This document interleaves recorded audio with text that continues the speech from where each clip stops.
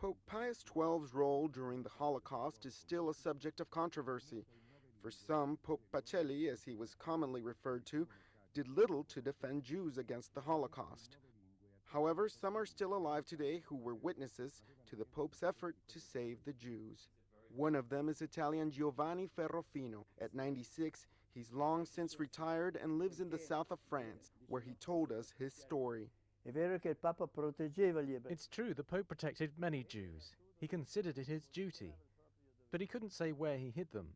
There were families that didn't want to compromise themselves or confront Mussolini. It was 1939 when Ferrofino was sent to the Nunciatures of Haiti and the Dominican Republic. But before leaving, Pius XII wanted to have a word with him. The Pope showed a firm determination to save many Jews.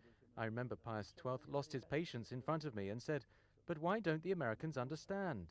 Everything must be done in order to save such a vibrant community." The Pope literally said this to me. From Rome, he went to Lisbon, where 10 to 12,000 Jews were waiting to flee Europe and head to America.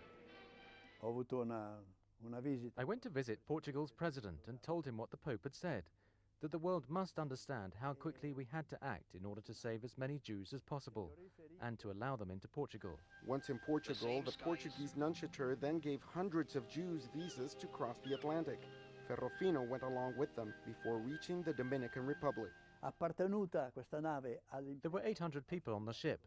Men and women were separated, but it was very crowded as they tried to get as many people on board as possible. The final destination was the United States, but the president of the Dominican Republic, General Rafael Trujillo, wanted to make sure that no one else but the Pope was behind the operation. Trujillo wanted the nuncio to clearly state, "I come to ask for your help in the name of Pope Pius XII."